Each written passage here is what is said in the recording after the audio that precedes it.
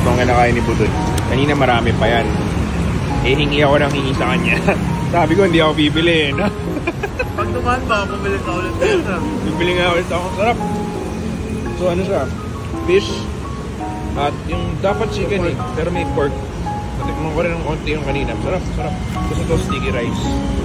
Solid siya na breakfast ng mga local dito katulad ni Budoy. 15 baht lang. 15 baht. So magkano sa peso yun? Mga 25 pesos. Bakit ko nagpapapalit siya? Dito kami sa Tonglo Station.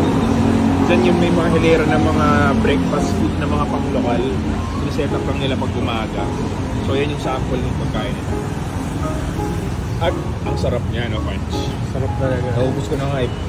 Bibili ako pag Manchester. padaan pabalik, bibili ako. Sayang wala yung chicken. Kaya nga eh. May madadaanan pa ba tayong parang